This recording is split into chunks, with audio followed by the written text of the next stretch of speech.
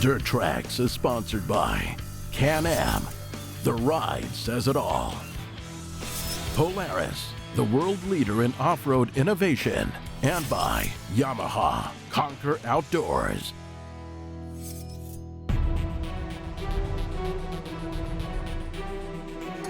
You know, it's been a lot of buildup, and pun intended, both emotionally and then also just with the products coming in for this bike. We've been doing this thing for probably 2 months here in the shop.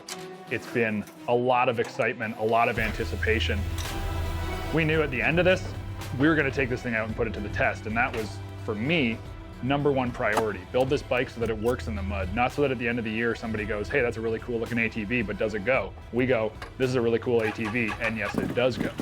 I'm not the mud expert here. I mean, I've never raced in the mud before, but I knew that with your experience, I mean, you've been racing how long? Since about 2005, 2006. Actually, the Can-Am wasn't even, the Outlander wasn't even invented yet when we started racing. We used to race Hondas and Polarises and stuff like that. When the Outlander Gen 1 came out, this thing was a beast in the mud, and that's exactly why we picked it, because I had no idea what to start with. But you said, hey, a Gen 1 Outlander is pretty much what everybody's going back to. It's still an awesome vehicle. That's what we need to build. There's nothing that compares to it. You think being an older generation bike, you think it'd be outdated, but guys are lengthening them, they're turboing them, NOS, everything. It's crazy what you can do with these things. So the event we went to this weekend was the Powassan Smoke N Spurs event. Very small town, but let me tell you, this event is big. The OMR, which is the Ontario Mud Racing Association, was on site, and Graham had been there 2 years ago, was it? Yeah. And I'm guessing the event was a lot smaller then. Yeah, it's crazy how many bikes showed up to this one. I think it was like between 55 and 65 bikes by the time we were all done, signed up. Yeah, it was huge. And I mean, on site, they've got the full Canadian rodeo stop. They've got bull riding, they've got Bronco stuff, they've got the show and shine for the big highway trucks, which tons of guys show up for that. They've got tractor pulls and kids zone with paintball stuff and zip lines. And I think they told me this year they had pre-registered 450 trailers on site, and they usually get 150 plus on top of that. So you're talking a seriously large crowd here, and it was really cool because the amount of people that showed up for this mud race event was significant. We had to check the front diff because whether or not we've talked about it on the show, it does have a small fracture in the front diff, just a hairline crack, and it drips a little bit of fluid every once in a while. So we had to fill that up and, you know, top it up with gas, make sure that the rad was full of coolant. This thing was fresh, it was ready to go. I think at the point that I start to smell, you know, the VP fuel and the fumes are in the air and the bike fires up, and as soon as you can hear that lumpy cam. I have zero expectation for myself, just as long as I don't put it upside down, hold it wide open, and try not to look like a fool. So event registration started at 9 a.m., which we were there even before then, and it was kind of funny to see how many people were kind of crowding around the truck, and there was people coming over and talking to us. Some people were like, hey, is the bike finished? And it's like, yeah, it's here. You haven't seen all of it on TV yet, but you know, it's ready to go. And it looks like people are maybe signing up over there. Oh yeah. Yeah, we start in the water. Oh, you started in the water? Yeah. Oh, okay. Yeah, so that throws a whole different curve in. So what we do it here is we do times eliminations.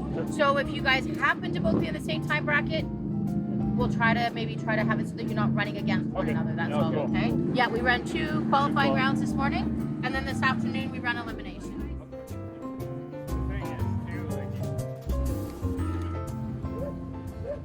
I'm excited. I think it'll be fun. Graham's nervous. I love it. Not that I'm used to this, but for all the years that we did racing stuff, it's just kind of like, this is starting out. I've never done it before, so I'm just gonna have fun, smile, and whatever goes down, goes down. I don't really care. Well, that's right. Yeah, I got nothing to prove, but Graham's, I tell you what, I think we'll have to fire him if he doesn't do well. It'll be all over. He'll be looking for a job on Monday, so it'll be fun. We'll have a good time. Almost there. Graham's gonna teach me a thing or two. Hopefully we don't have to race against each other because we're using the same bike, so I don't know how that'd work, but. So I was pretty stoked. I mean, you looked like you were pretty anxious too. Oh yeah, I was nervous. Once you get that first run in and you know how it feels, it's once you know how the bike's gonna react. Yeah, I'm gonna let him go first. I figure if anything goes wrong, it'll be him on it, not me, and I can blame him. I think that's wisdom. And we get out there and it takes off great, it hits like a ton of bricks, and then what? 2/3 of the way down the pit, right as it just starts to hook up and you're like, whoa, this thing feels real good. All of a sudden it noses over, it starts coughing and stumbling. And we're like, oh no, what is this? And we thought, oh, you know, maybe it was just your run, who knows? And then I go out for my run.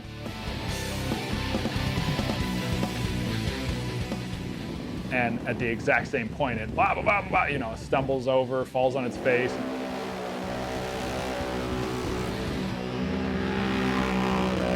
You know, my heart sank a little bit because I'm like, what did I do wrong? What did we do wrong? You know, what are we gonna do? Yeah.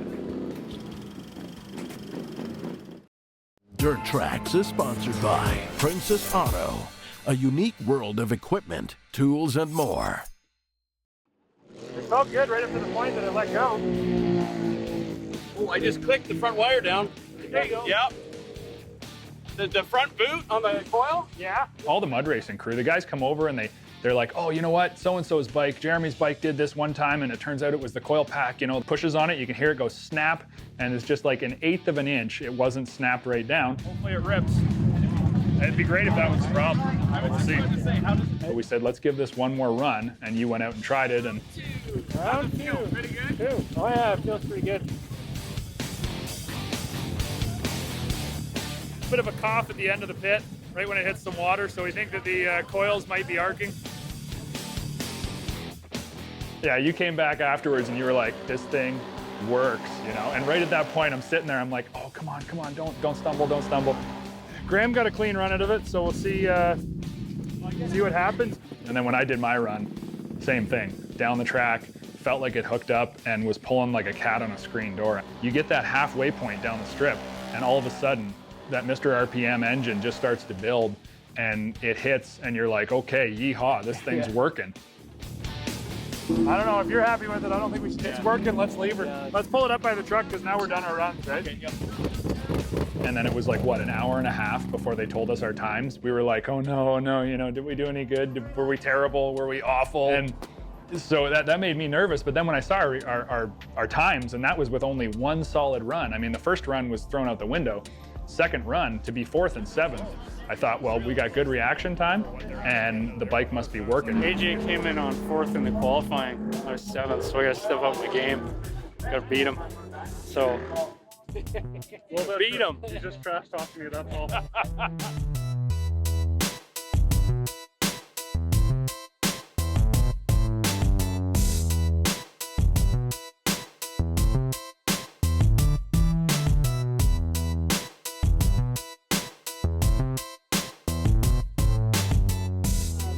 We finally made it to the point where they're calling our group up, you know, our name comes across the PA, and you were the first guy up. They called you up first. What were you feeling? Well, I'd seen who I was racing against. He's a true veteran, this guy. One of the first guys I've ever seen bring a Can-Am to mud race. And he's been in the game for a long time. His name's Vic Rizzo. Vic Rizzo holding the fastest time of the day this morning. I got to beat him on the line. There's no other way I'm going to beat him. So I got up to the line and my heart's just going. That light went green and it was game on. His bike was just so fast. But I mean, you weren't but a couple bike lengths behind him by the end. I mean, I was pretty impressed because this guy's a veteran and this is our first time running this thing. Mm-hmm. I knew the next round it was like, I'm all in. How it was set up was you had 2 lanes and to go down twice, so there's no advantage in the lane. You go down and then you switch, and then he was on the fast lane the first run. I had the fast lane next, so I had to make it count. I was just staring down that light. I had the bike bouncing at about 1,800 RPM. Was flying down. I think we're pretty close to timing on this one. I could see him, he creeped up ahead of me a little bit, and I could feel me getting a little closer, and all of a sudden, it just darts complete left. I had no idea what happened, and I tried to get it back under control. It was one of those things, you commit yourself to the finish line, and you're going for it at this point. Anything can happen. When that happened, that made me start to get nervous. Everything was going good. Now I got to go follow this up, you know, and I'm waiting back in kind of the staging area. It pulls up, you're coated. The bike is covered. You know, I get called up. I get the fast lane first, which I'm like, okay, this is all right. I'm lined up, a little bit nervous, but excited at the same time. light goes green, I hold it wide open, and I am just fighting the bike to the right-hand side. It's just like all over the place. You just tell right away there's something wrong with this thing. And as soon as I get into the fast groove, it's pulling so hard to the left that I can't keep it out of the mud. It's walking across the track just a little bit. I think people knew that there was something wrong because the bike just didn't do what it was supposed to do, and it wasn't going very fast. You know, what happened? Do we have a tire that's bad? Did the diff explode? Something busted up front? What's the deal? Turning my hand upside down and starting to pull. Like, it's just pulling to the left like crazy. I'm like, what the flip is going on? Kind of bowed out and said, you know what, we'll get it fixed and we'll come back and do this again. But I definitely was disappointed at the end of the day. I mean, I felt just this kind of like, ugh. When it's something as simple as, you know, the bike just has a malfunction, you're like, man, I wish we had got the opportunity to just show what it's got. But I think at the end of the day, we all realized we built something really good. People were pretty impressed, I think, with how it performed. It's like adding insult to injury. You get covered in mud after your bike breaks. Oh well. I think it means that we have to go back. We can't leave it at this. Next time, we'll be ready and we'll hold it wide open again. And who knows, maybe that front diff this time is going to explode. But for right now, I'm excited to get out and do it again. It's unfortunate, but Did you get that? Yeah, that's racing. He's got the mud bug now. I think I do. Dirt Trax is sponsored by MBRP Power Sports, race-inspired performance. We all get the bug to upgrade our toys from time to time, but when is it money well spent or too much put into something a little too old? These two ATVs are very similar in functionality, but worlds of different in the way of price and condition. On one hand, you have an old 400 class 4x4 with a very early generation of IRS, and on the opposite side of the spectrum, you have a brand new 450 class 4x4 that's chock full of new gen refinements and engineering tweaks. Our old gen Sportsman is in pretty good shape for an ATV that helped win the war. Okay, so maybe it's not that old, but it has definitely seen some better days. While it's still a very useful hunting rig, putting on a brand new set of cool looking 14-inch rims and tires, well, it may not be the right way to skin this cat. Instead, if it were my money, I'd opt for a nice new set of 26-inch Kimpex Trail Trooper tires. They offer really excellent non-directional tread pattern with 20mm deep lugs that work great in the mud, perform excellent at high speed, and will crawl through just about anything. Shoulder lugs protect the bead of the rim, and we've increased the capabilities of an older ATV for really minimal money with a super high quality tire. Now, when it comes to the brand new Sportsman 450, I think that this is one area that a brand new rim and tire package makes complete sense. No Limit Storm Series rims feature a really cool, yeah, I did just say that twice, feature where you can actually swap out the inner or outer half of the rim. Why would you want to do this, you say? Well, let's say you own a Polaris 570 right now and you just bought a sweet set of No Limits rims with brand new Trail Trooper tires. But then your buddy who's got an 850 Can-Am decides that, well, he's going to buy a 1000 and offers you a deal you can't refuse on his 850. Sure, you want it, but you just invested a bunch of dough into your tires and wheels and really like them. Well, in this case, you'd be able to keep your outer hoop and your tires and only order a replacement set of centers for your new Can-Am. On the flip side, say you burned off your current tires and you decide you'd prefer a set of 15-inch rims and tires instead of 14s. Well, the center will work with either size, you just need a new hoop and the tires of your choice you were going to buy already. No Limit rims are backed by a very serious lifetime warranty, and by serious I mean they claim that if you can bend or break it, they're going to give you free replacements. With double reinforced rim edges and 1,100 pound load ratings per rim, these things are tank worthy. No Limits claims 400% more bead retention, and that means peeling a tire off the rim in even the worst case scenario is pretty much an impossibility. We wrapped the two-piece rims in the same Trail Trooper 2 tires, but in 14-inch on this one. We like the tire because it wears well, gives excellent traction, and blows the stock tires out of the water. The Trooper 2 is available from 25-inch with a 12-inch rim all the way up to 29-inch with a 14-inch rim, and just about everything in between. With both of our 400 class ATVs receiving an update worthy of their year and condition, there's one more thing that I'm left to do that goes hand in hand with ATVs and tires. Flats, punctures, and tears. ATV tires are strong, but we as ATVers can dish out some serious abuse and find objects in terrain that's more abusive than the tire can handle. And should you find yourself in this situation, one of the best fixes that we've found, and trust me, we've tried most of them, is TireJect. It's a water-soluble, fast-flowing sealant that's full of real DuPont Kevlar fiber. Kevlar fiber is stronger than steel and makes its way to the holes, keeping your tires sealed right up to 3/8 of an inch hole in both the tread or sidewall.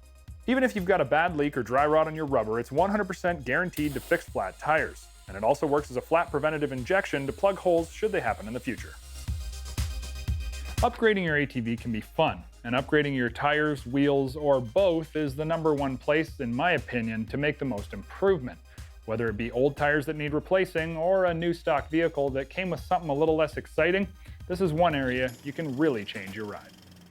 Closed captioning of Dirt Tracks is sponsored by Triton Trailer, built for adventure. Let's just say you have a perfectly reasonable vehicle, one that does exactly what it's designed to do and does it well. Now let's say you take that vehicle and you push it well beyond the boundaries of what's reasonable into the realm of the unimaginable. That's basically what Polaris did when they designed the ACE 900 XC. When the ACE had the 330 under the hood, it was pretty, let's say, unexciting. With the 570, it was impressive.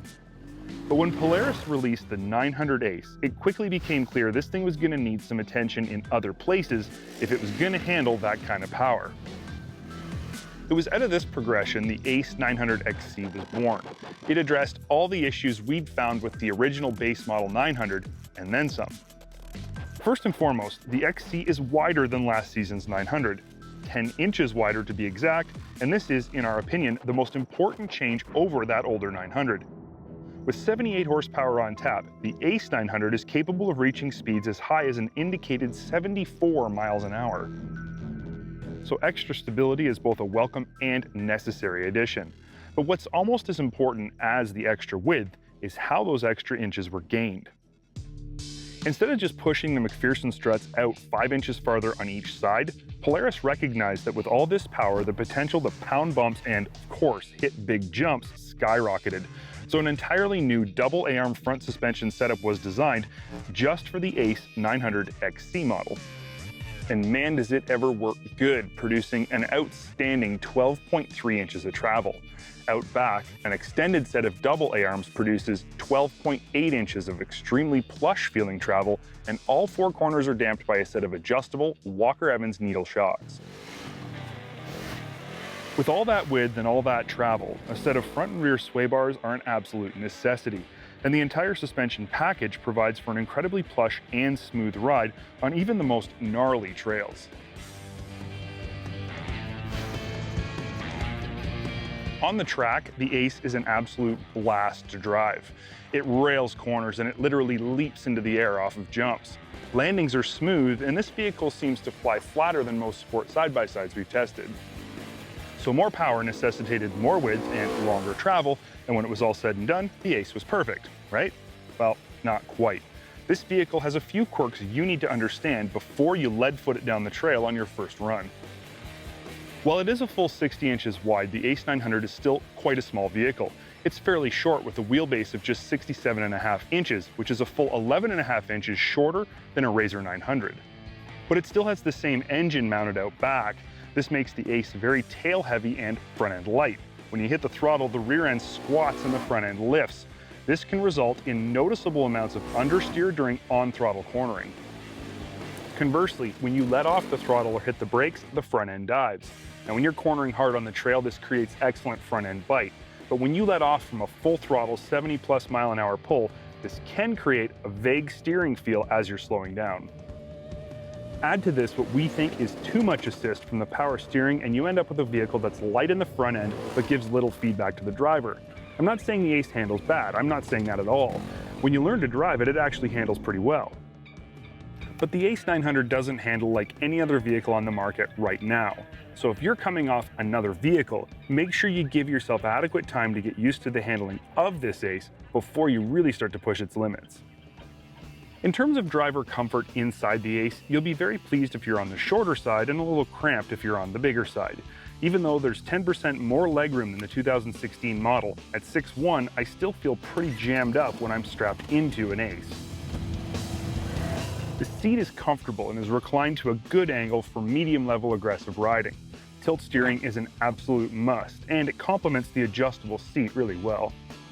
Of course, one of the most important features of the ACE is how easy it is to get in and out of, especially for people who may have trouble climbing into a regular side-by-side or onto a standard ATV. controls are all in well thought out locations, the shifter works excellent and even includes low range.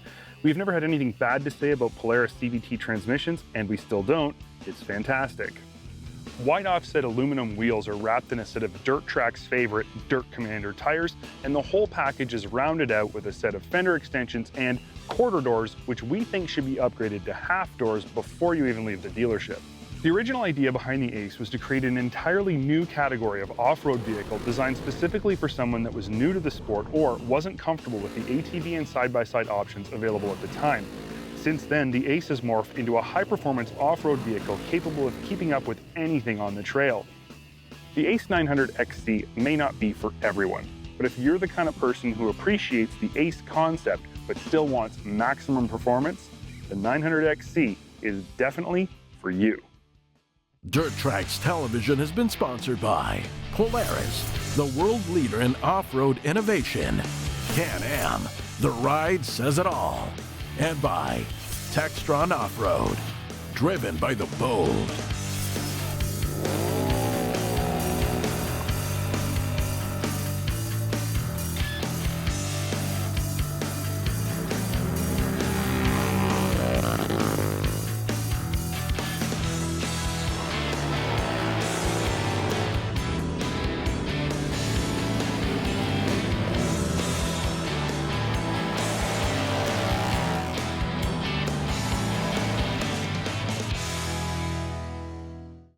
Thanks for watching this latest segment of Dirt Trax TV. For more awesome content, feel free to click any of the links on the screen or subscribe to our YouTube page, where we update daily with great content on a weekly basis.